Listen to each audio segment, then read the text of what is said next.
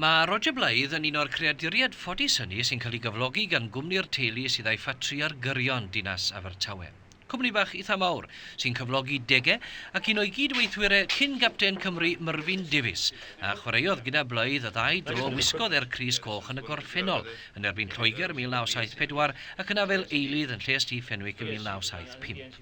Gobryn fod unrhyw berson yn y byd sy'n gwell cymwysterau i gynghori Blyth ynglyn â'r ffordd y dylai fe chwarae na'r gŵr a gynrychiolodd ei wlad 19 o weithiau. Erbyn hyn mae cwmni Blyth yn canolbwyntio ar offer diogelwch mewn diwydiant. Fan hyn enghraifft trafodaeth ar declu newydd mwgwd a all arbed bywyd y glôr dan ddeiar.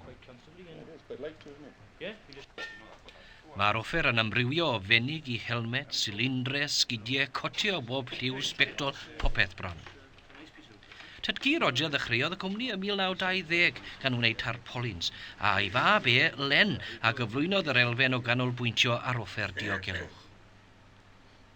Len y blaen asgellwr a chwaraeodd deirgwaith i Gymru ym 1951, De Affrica, Lloegr a'r Alban, y tad a'r mab yn cynrychioli i gwlad. Ar ben yr ymarfer arferol gyda chlwb Abertawe, mae Blyth o dan wyliadwriaeth i hyfforddwr gyda'r clwb hwnnw stan adegod 2 waith yr wythnos yn defnyddio pwysau mwyn cryfhau i gorff.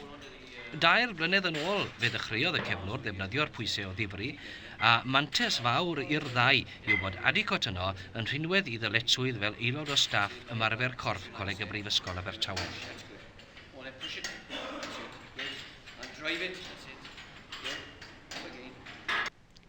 Mae'r ymarfer yn cael ei gynnal yn y neuadd chwaraeon ysblenydd hon, mewn adeilad moethus o'r ffenwyd 10 wythnos prin yn ôl.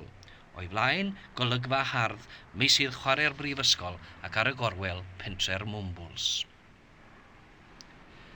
Dyna bentre geni Blyth, i'r dde cae rygbi'r mwmbwls, y maes y dechreuodd chwarae rygbi arno fe. Nid syndod felly yw canfod iddo chwilio am gartre o fewn tafliad carreg i'r cae hwnnw, gyda'r môr yn y cefndir.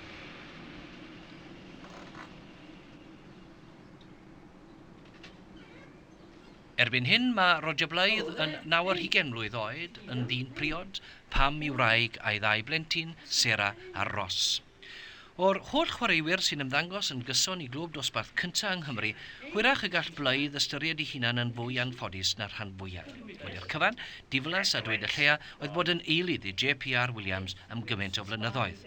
A chreg llawer yw mai Peter Morgan fydd cefnwr Cymru ar gyfer ail gêm y bencampwriaeth.